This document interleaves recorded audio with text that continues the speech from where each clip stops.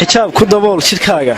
asturo xubnahaaga qaawan hatusi ragga xaadda jiifta xirbaha iska xiirindayso ha xidhan dharka reer galbeedka xisoodka ha tuurin fiican ha xaman ruuxna inaabti u boqo ilkii xabaasha iblays xeradii ha aadin xumaan iyo cay ha doonan dhadhaawxnaxantiinta jooji ku xasil diinta iyo qur'aanka jidhkaaga xareed ku joogta xaaddaa dhabankaaga teedsan xubnaha eebbahay ku siiyey xiskiisu nimuu fayooyey xaqiiqdii wuu jeclaane xayisiintun ka dayso adoo heli kara xalaasha xafadda guurka iyo arooska adoo xaragoon karaya maxaa xadka fiid ku joojay rag baa jira xaasidiin ah qalbiga kaa xadi ku iibsan xariifiin baa ku raadsha xirfado gaar ahna yaqaana xayraan baa kugu wareegsan adiga kuu sita xajiimo waxaad xulataa nin diin leh xamdiyo tukadoo salaada xakiimkiisana yaqaana qudhiisa ninkii xisaabsha ninkii xoolaha agoonta xaqooda ilaalinaya nimaan aadmiga xumaynin nimaan ximin ruux tisqaaday nimaan xaasidin walaalka xaaraanta nimaan ku dhiiran la jaar ninka xeer yaqaana xamaasad intay ku qaado qabiilaysi iyo xigtaysi ha raaci nimaan xadlaynba maalkiiyo xoolaha adduunku xaqiiqdii way gudhaane ninkii qaadaya xilkaaga ninkii xulo kuu qalmaya adoon ku xabeebin gaalka ku xidhmin filimada khiyaalka adoon xadhigooda haysan dadaan ku xisay laftoodu axdiistiiyo xifti adkaarta ninkaaga xurmey wanaaji xaqdhowr oo sii kalsooni xaqiisa garoo ilaasho xanaanee oo hadayrin oo xifti sirihiisa kaydi u noqo xidig oo ka faano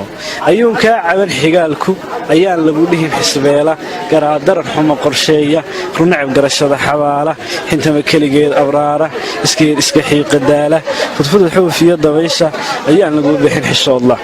xayaaba ku beer ardaaga xambaar ubadkiiyo dhallaanka naaskana xilligooda nuuji intaad xasho weelka maydho guriga xaadheed sifayso ku shida xasilooni uunsi indhaha kuuloo xinayso dharkana xidho kuwa carfaaya markuu xaajigu yimaado ha galo xaaladaha jacaylka xasuusta ha aada meel fog ha tago badda xeeligeeda ha maro meelu xidhay ilwaadku ha daawada xidig ifaaya xaniid iyo hilula shiilay ha cuno wuxuu xaaxila intaasay ku idashaa maansida waxay ka hadlaysaa ilaa gabadhi markay dhalinyarada ahayd xulo nin wanaagsan oo guurkeedii markay hooyo noqotay markay gurigeeda dhaqatay dhammaanteed gabar walba oo naga mida waxaan rajeynaa abwaan inay maansadaasi qaadan doonto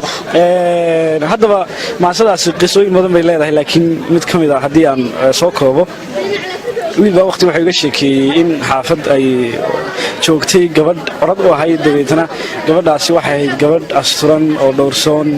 oo diinta ku wanaagsan isla madahaataana madrasadaha waxa weye qur-aanka ka barata haddaba gabadhii waxaa la dhaho happy new yearka inagu badanaa markaynu islaam nahay ma wacna inaynu u xusno si waxa weye sida ay gaaladu u xusto gabadhaas wiil bay isbarteen dabeeta wiilkii jacayl iyo wax noocaasa dhex maray gabadhaasi waxaa lagu yaqaana inay xijaabato oo ay dhar waxaweye ay xidhato ka waaweyn iyada oo aanan jirkeedii muujinayn haddaba gabadhii habeenkaasay wiilkii ballameen waxay gashay qolkeedii dabeetana waxay isku soo hagaajisay alaabtan ay dumarku marsadaan ee dhalaaliska ama make upta loo yaqaano waxay xidhatay dhar ku dhijisan dabeeta si aan waalidkeedu u dareemin waxay kor ka xidhanaysaa xijaab weyn iyo indhashareer bay xidhanaysaa dabeeta way baxaysaa iyadoo iska dhigaysa gabadh tegaysa meel waxa weeye wanaagsan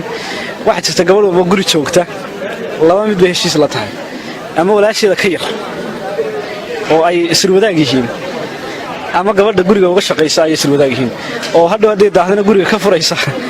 haddii ay alaab kala soo dhiibsan dabeeta yareed way ballamisay dibadda isku raaceen dibadda markay wara baxeen gaadhigii halkan taagan yahay iyo xijaabkii iska saartay xijaabkii u soo dhiibtay waxa u soo hayay dharkii dhiskii xidhnayd xaafaddii waxaa kaga soo baxday xijaabkii dee way socotay dabeeta markay tagtay tii yareed baa la soo gelaysa xijaabkii iyaduna sidii bay gaadhiga ku dhacaysaa waxay isku raacayaan wiilkii hotel ka mida hoteelada magaalada ugu qaadaysa dabeeta waxay samaynayaan way iska cashaynayaan dabeetana waxa weye markuu dhammaado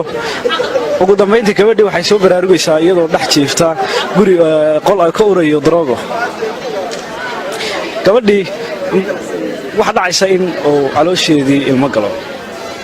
dabeetana markii la weydiiyey waalidkeedii iyo qaraabadeedii weydiiyeen waxay sheegaysaa wiilkiina uu ku gacan sayrayaa uu diidayaa waxaa la sheegayaa in gabadhii ay waxa weeye nolosha ka samayso noloshana ka dhacdo dabeetana way tahriibtaa marka ay tahriibto waxaa la sheegaa inay kusii rafaado saxaarahan liibiya ugu dambayntiina waxay gabadhii ku dhimatay xeebaha talyaaniga qisadaa markuu iga sheekeeyey waxaan markaa anigu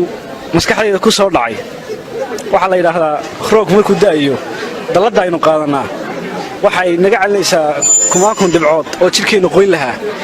gabadhana xijaabku wuxuu yahay dalladda oo